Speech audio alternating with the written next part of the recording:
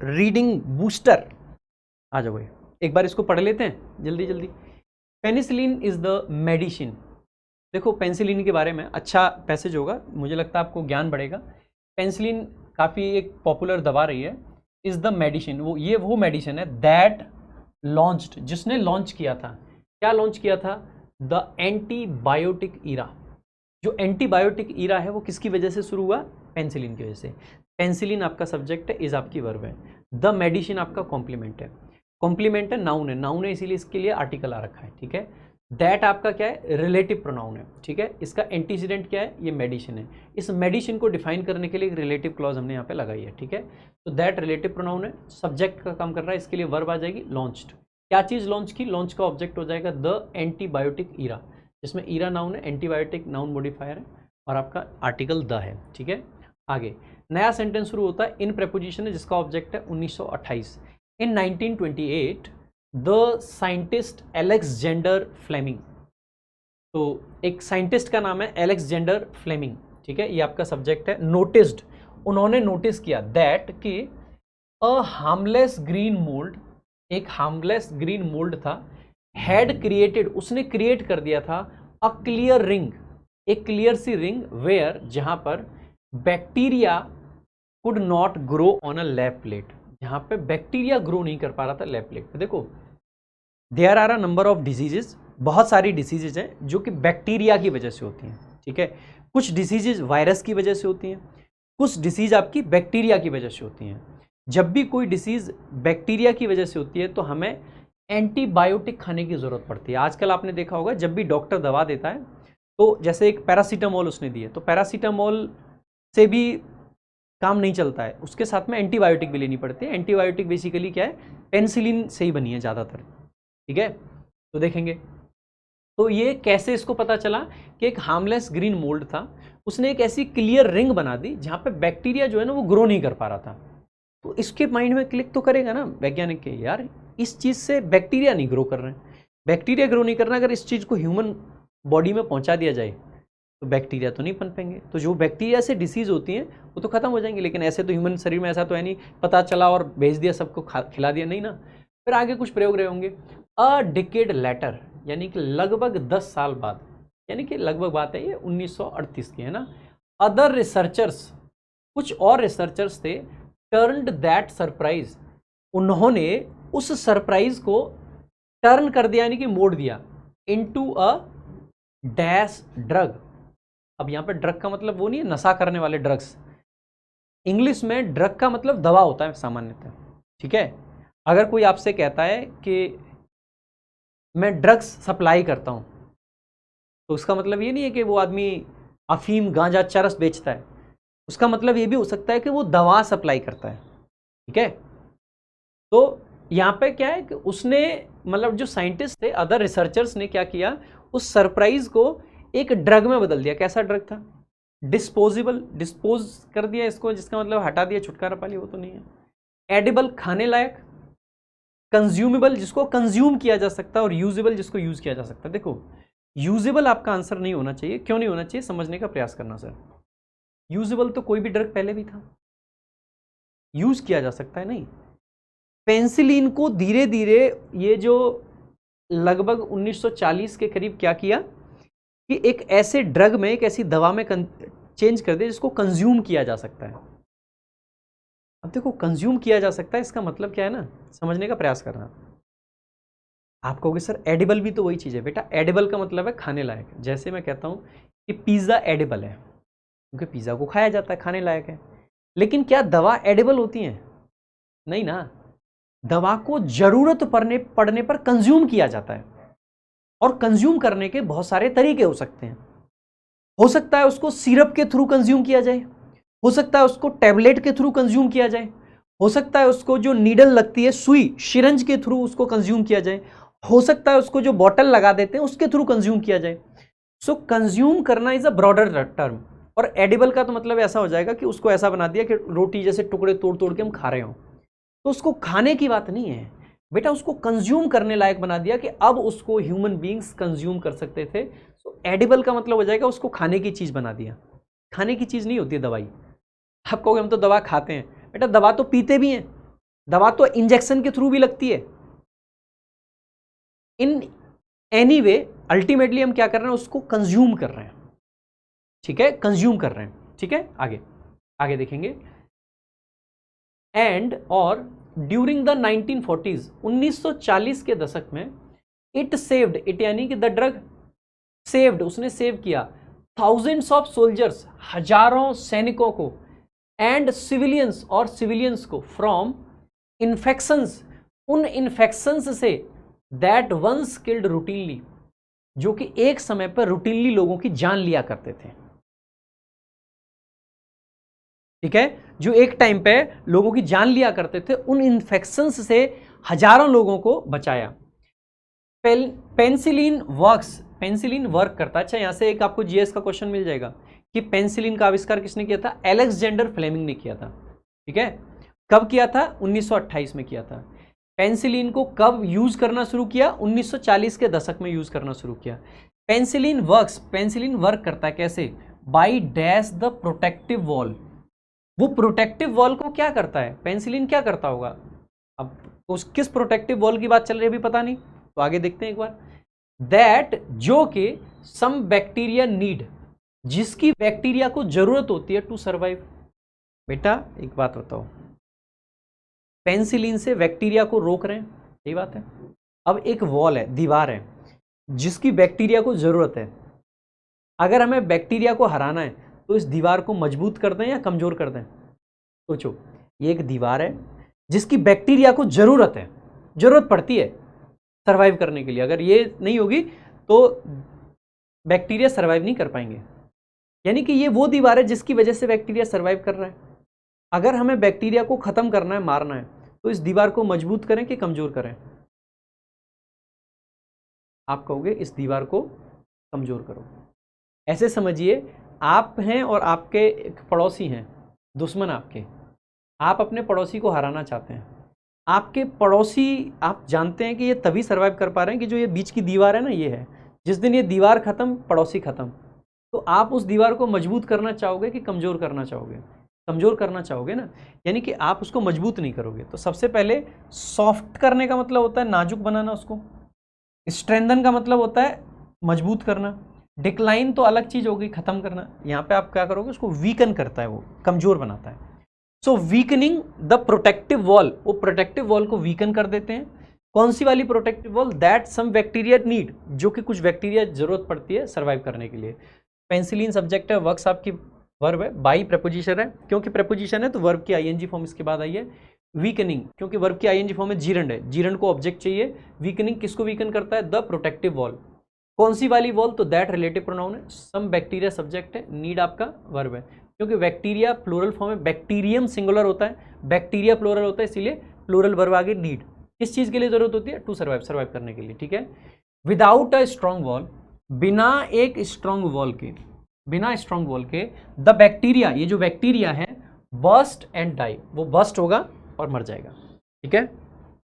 It treats many common infections, it यानी कि the drug penicillin, penicillin treats, penicillin treat करता है, तो इट आपका सब्जेक्ट है, ट्रीट्स वर्ब है, उसका ऑब्जेक्ट है मेनी कॉमन इन्फेक्शंस, बहुत सारे कॉमन इन्फेक्शंस, इंक्लूडिंग, जिसमें शामिल है स्ट्रेप थ्रोट, ये थ्रोट गला खराब हो जाता है ना आपका, वही। इसके अलावा certain skin and chest infections, कुछ स्किन और चेस्ट के इन्फेक्शंस को भी पेनिसिलिन से सही किया जाता है। एंड सिम्फिलीज, सिम्फिलीज आपकी ये भी, मतलब सिफिलीज आपकी ये भी बीमारी है, ठीक है। अ लॉन्ग एक्टिंग इंजेक्शन, एक लंबे टाइम का acting injection, can also protect, ये प्रोटेक्ट कर सकता है पीपल, लोगों को। कौन से लोग? हु आर, जो हैं, dash risk of repeated attacks of rheumatic fever, ये रिमेटिक फीवर भी एक बीमारी होती है, ठीक है। तो एट रिस्क आपका फिक्स होता है, एट ढूंढ लो ऑप्शन में मिल जाएगा, एट रिस्क होता है, फिक्स है, फिक्स्ड प्रेपोजिशन है, एट रिस्क, ठीक है। तो हु आर एट रिस्क, जो कि रिस्क पर होते हैं, किस चीज के रिस्क पर होते हैं? रिपीटेड अटैक्स आते हैं जिनको, रूमेटिक फीवर के, ठीक है। यू मे हियर, आप सुनोगे, ऐसा हो सकता है कि आप सुनो, क्या सुनोगे? रिलेटेड नेम्स, इससे जुड़े हुए नेम्स, जैसे कि सच एज एमोक्सिलिन और ampicillin, they are part of the same family. ये जो एमोक्सिलिन है या एम्पिसिलिन है, ये भी उसी फैमिली का पार्ट है जिसका पेनिसिलिन है। तो पेनिसिलिन हो गया, एमॉक्सिलिन हो गया या एम्पिसिलिन हो गया, they are part of the same family. यानी कि ये एक ही तरीके के ड्रग्स हैं। फैमिली का मतलब ये नहीं कि इनका परिवार है, ये इसके बच्चे बच्चे, नहीं नहीं। फैमिली का मतलब जैसे बायोलॉजी वगैरह में हम फैमिली पढ़ते हैं ना, कि इसी फैमिली की चीज़ है, यानी कि इसी तरीके का है, of the same type, of the same kind. ठीक है, तो सेम टाइप या सेम काइंड। आगे देखेंगे, एंड आर चूजन, और इनको चूज किया जाता है depending on the germ and the part of the body involve. और ये चूज किया जाता है कि भाई कब आपको एमॉक्सिलिन मिलेगा, कब आपको एम्पिसिलिन मिलेगा, कब आपको पेनिसिलिन मिलेगा। ये डिपेंड करता है कि आपको जो इन्फेक्शन हुआ है वो किस जर्म की वजह से हुआ है और किस बॉडी पार्ट में आपके इन्फेक्शन है। ठीक है, आगे देखते हैं। मोस्ट पीपल, यानी कि ज्यादातर लोग, टेक पेनिसिलिन सेफली, ज्यादातर लोग पेनिसिलिन को सेफली लेते हैं with only mild upset stomach और लूज स्टूल्स। तो लूज स्टूल्स, लूज मोशन में डायरिया जिसको बोल देते हैं बेसिकली, लूज स्टूल्स। तो डायरिया हो गया आपका, तो डायरिया के लिए या माइल्ड स्टोमक जो अपसेट हो जाता है ना, पेट में खराबी हो जाए, तो कुछ लोग इस चीज को भी ले लेते हैं, पेनिसिलिन को। अ स्मॉल नंबर डैश, देखो जब भी बात करते हैं अ नंबर ऑफ हो तो इसके साथ वर्ब कैसे आती है, प्लूरल। प्लूरल आती है तो इज नहीं आ सकता बेटा और वॉज नहीं आ सकता है। अब हमें देखना है वर आएगा या आर आएगा। बात पास्ट की है प्रेजेंट की, यहाँ पे आगे मे है, मे तो प्रेजेंट है, प्रेजेंट यानी कि वर नहीं, क्या आएगा, आर आएगा।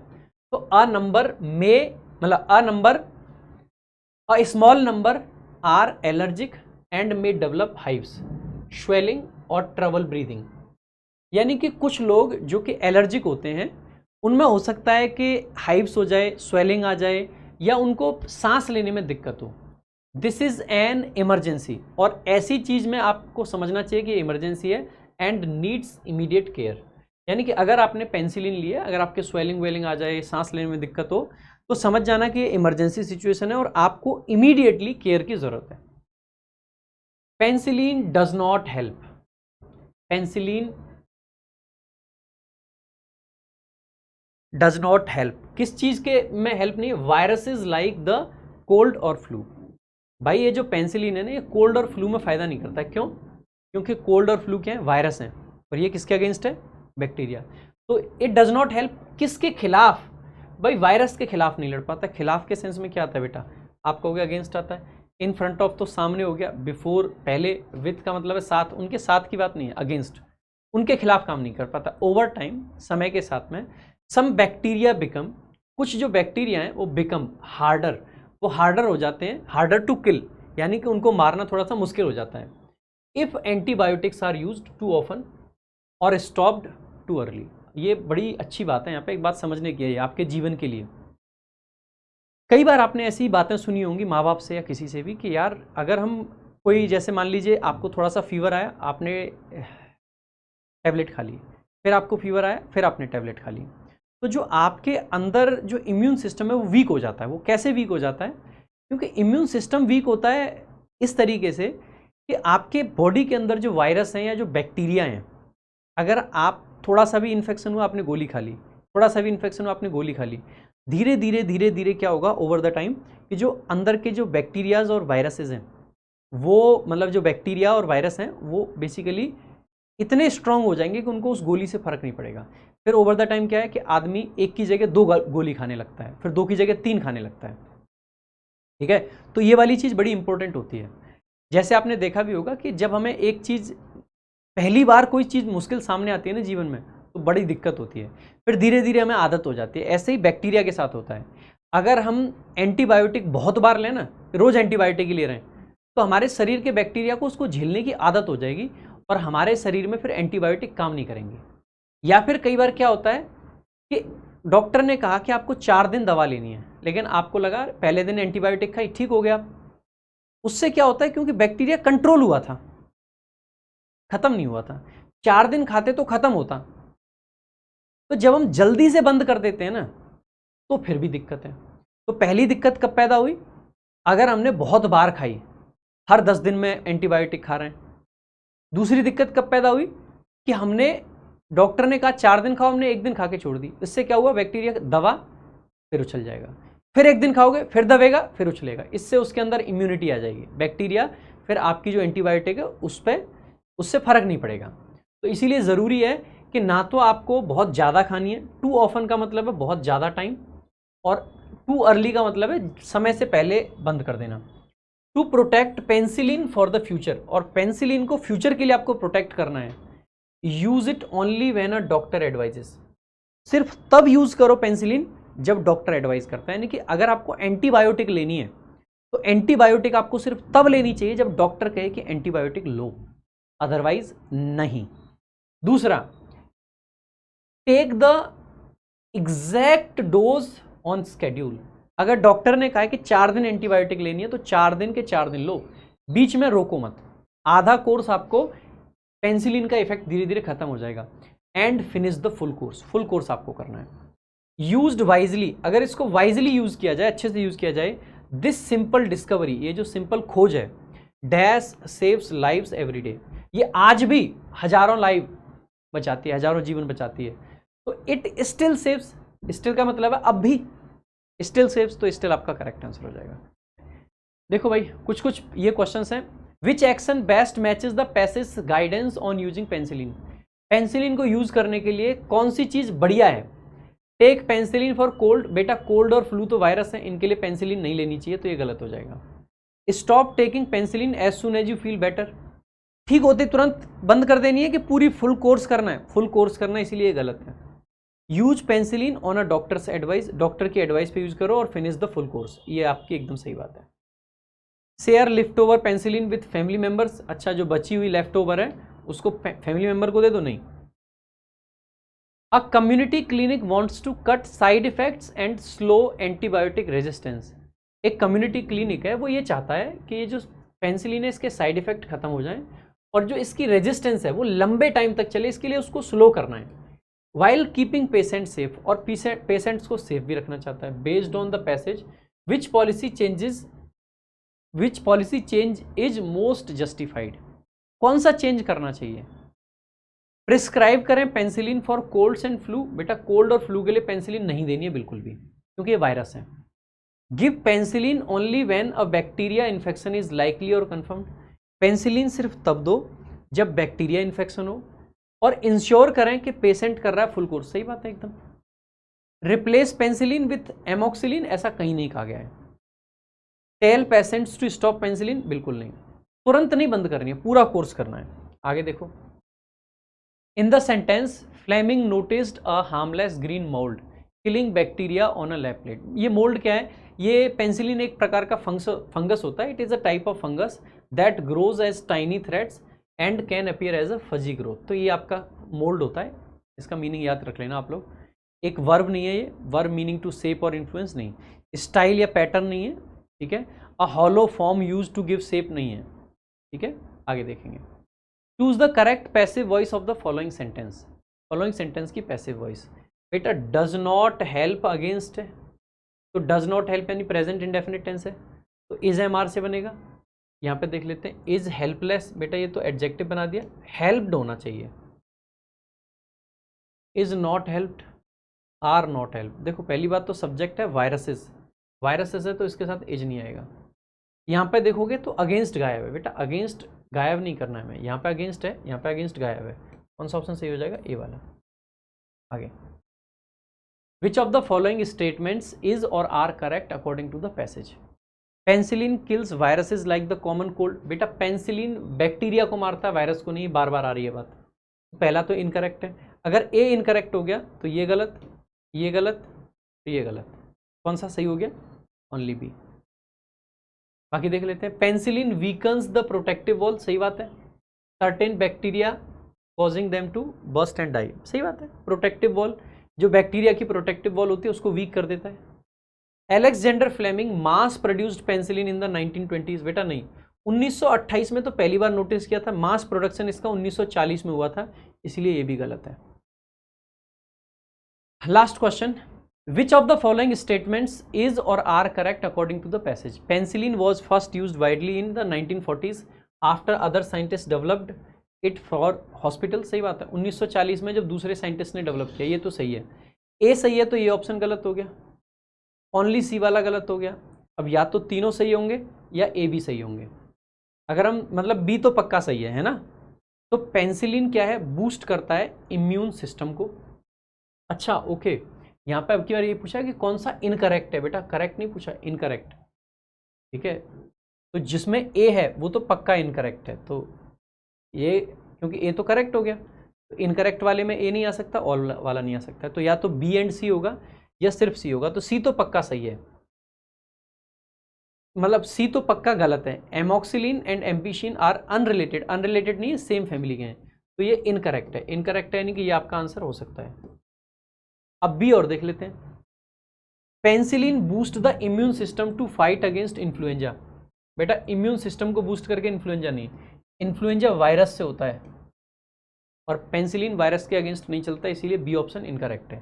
तो बी इनकरेक्ट, मतलब बी अगर इनकरेक्ट है तो बी और सी दोनों सही हो जाएंगे आपके, ठीक है। तो बी एंड सी दोनों इनकरेक्ट हैं, ठीक है, दोनों इनकरेक्ट हैं, तो आपका करेक्ट आंसर हो जाएगा ऑप्शन ए। भाई ये था आपका रीडिंग बूस्टर। बाकी मिलेंगे भाई कल की क्लास में एक बार फिर से, और समय के मुताबिक मैं आपको पता चल जाएगा। एक बार सुबह उठ के स्केड्यूल जरूर देख लेना कि 9 बजे लगाए कि 2 बजे लगाए, ठीक है। So this is all for today, thank you so much, जय हिंद जय भारत।